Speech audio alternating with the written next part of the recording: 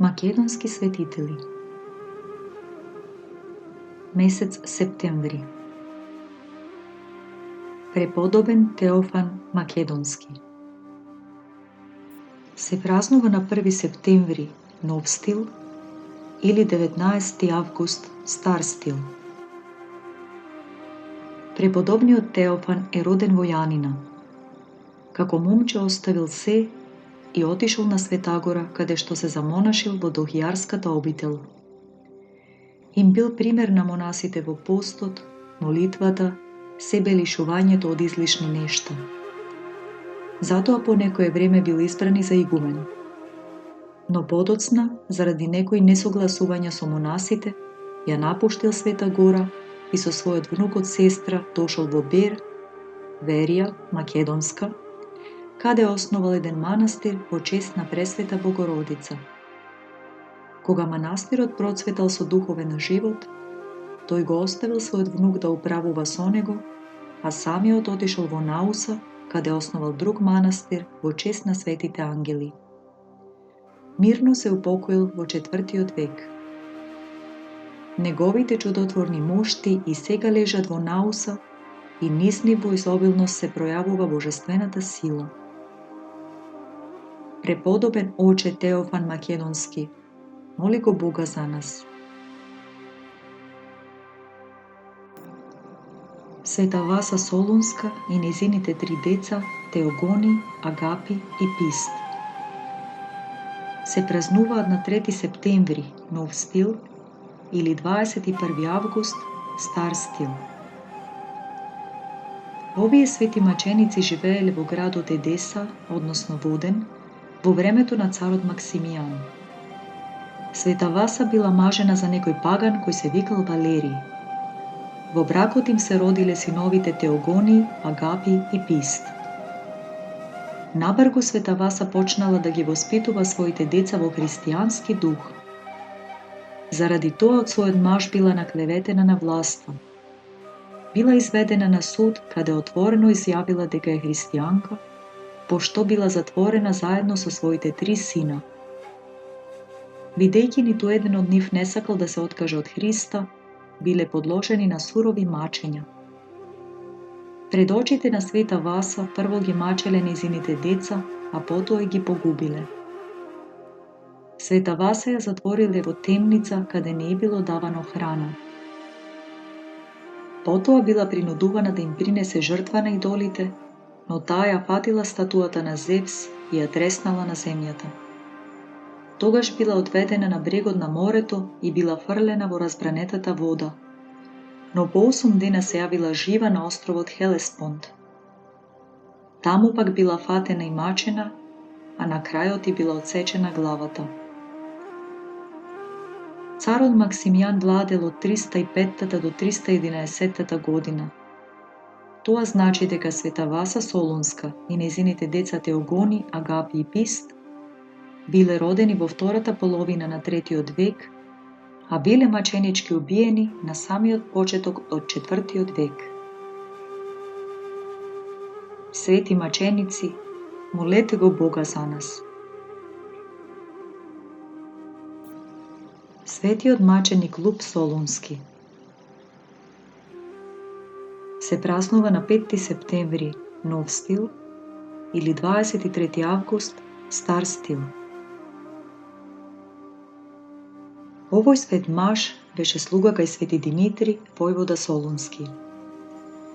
Кога Димитри беше убиен со меч од царот Максимијан, Луп ги потопи во крвта на маченикот полите од својата наметка и својот прстен. Со таа наметка и со тој прстен, тој потоа вршеше многу чуда во Солун, исцелувајќи ги луѓето од секоја мака и болка. Затоа дозна царот Максимијан, кој што дотогаш се имаше задржано во Солун, па заповеда и Луп да го мачат и убијат. Но војниците што ги исукаа мечовите на Луп, ги свртеа еден против друг и си зададоа тешки рани меѓусебно. Кога го фатија Луп, иако беше христијанин, се уште не беше крстен, та му се молеше на Бога некако да го устрои неговото крштение пред смртта. Во тој миг се излеа вода од облак врз светиот маченик и така прими крштение од оскора. Поголеми маки го убија и се пресели во небесното царство. Свети Луп Солунски пострада во 304 година. Свети маченику Луп, моли го Бога за нас. Свети Фантин, чудотворец Солунски. Се празнува на 12 септември, нов стил, или 30 август, стар стил. Светителот бил роден во 902 година во Калабрија, во благородното семејство на Ѓорги и Вриена. Уште од раното детство се оддавал на проучување на Светото писмо и се стремел кон вечните блага, избегнувајќи ги вообичаените забави на децата на негова возраст. Гледајќи го ваквото расположение на неговата душа, родителите го посветиле својот син на Бога и на 8-годишна возраст го довеле кај монахот Илија Пештерник. Тој веднаш го препознал призивот на детето и го дал на најдобрите од своите монаси за поучување на духовна мудрост. Момчето се одликувало со мудрост на старец, па Илија го замонашил Фантин 5 години подоцна. Нему му била доверена тешката послушност на готвач. Наоѓајќи се покрај огнот што крцкал во печката, младиот човек ги насочувал своите мисли кон вечниот оган на кој се осудени грешниците. Вака ја стекнал благодата на сокрушеноста. Монахот Фантин од првиот ден од животот во манастирот јадел само еднаш на 2-3 дена, а во втората година од монашкиот живот само еднаш неделно, зеленчук и повремено малку леб. Испрлајќи од својата душа секоја склоност кон задоволство, тој растел во сите доблести, а неговото очистено срце станало плодна почва, изнесувајќи ги даровите на Светиот Дух во изобилство.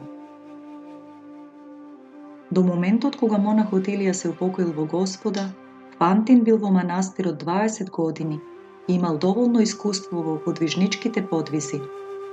Решил да води пустински живот и се повлекол во пустинска област во околината на планината Меркур, на северот на Калабрија, во долината на реката Лао, каде што долги години живел во строго воздржание, јадејќи кворења и живеејќи речиси без облека.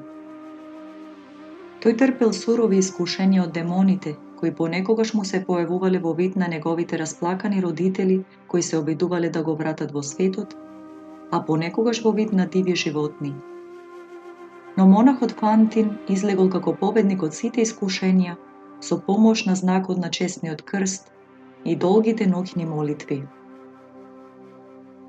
По 18 години неговите роднини го нашле неговото засолниште. Во трогателната средба, монахот Фантин ги убедил и тие да го напуштат суетниот свет. Мајка си и сестра си ги сместил во женски манастир, а потоа сам го извршил монашкиот подстриг на татка си и двајцата браќа Лука и Коем и ги повел по тесниот пат кон Царството Небесно. Наскоро пустинските планини станале живеалиште на мажи и жени кои воделе ангелски живот на земјата под водство на блажениот Фантин. Тој бил татко на сите, толкувач на божествениот закон и жив пример на евангелските доблести. Меѓутоа, одговорноста за толкаво мноштво души не му давала можност, без да размислува за ништо друго, да се стреми кон Бога. Сакајќи да расте во созрцание, тој му го доверил управувањето со главниот манастир на својот брат Лука, назначил управители во другите заедници и тајно се повлекол во друг регион. Меѓутоа, жителите на тоа место го помешале со шпион. Го врзале и го фрлиле во темен подрум, оставајќи го без грижа да го изедат инсекти и паразити.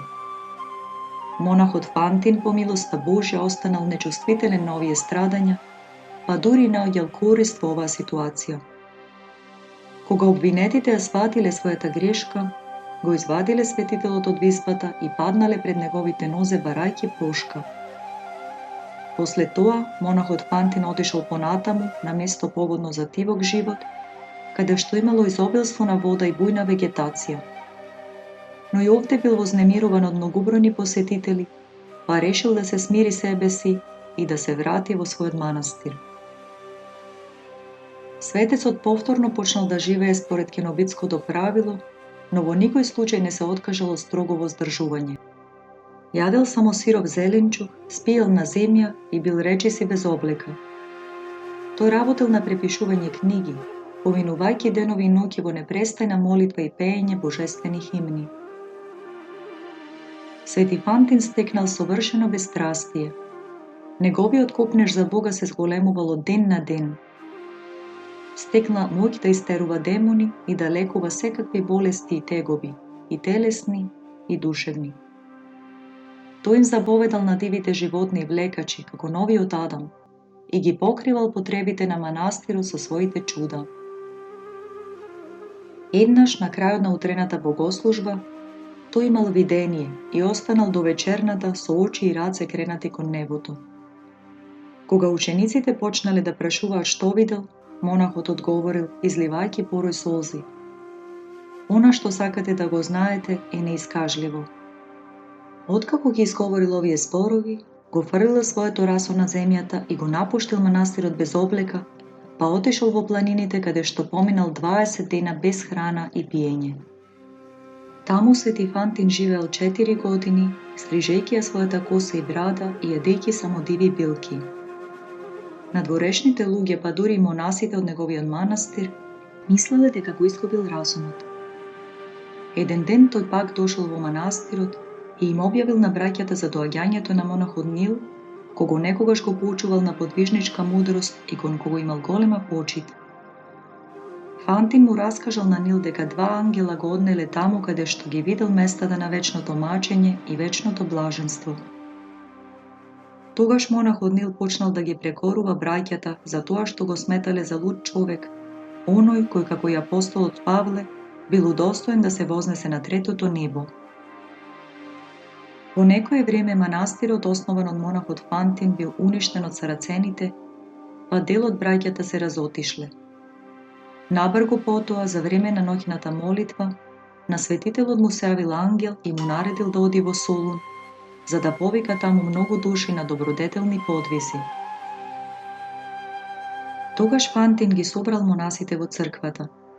Ги молел да не го губат во залудни грижи и земни преврзаности времето дадено од Господ за покаяние, туку да се поддржуваат еден со друг во борбата и достојната подготовка за средба со Господа, кога Он ќе се јави да му суди на светот.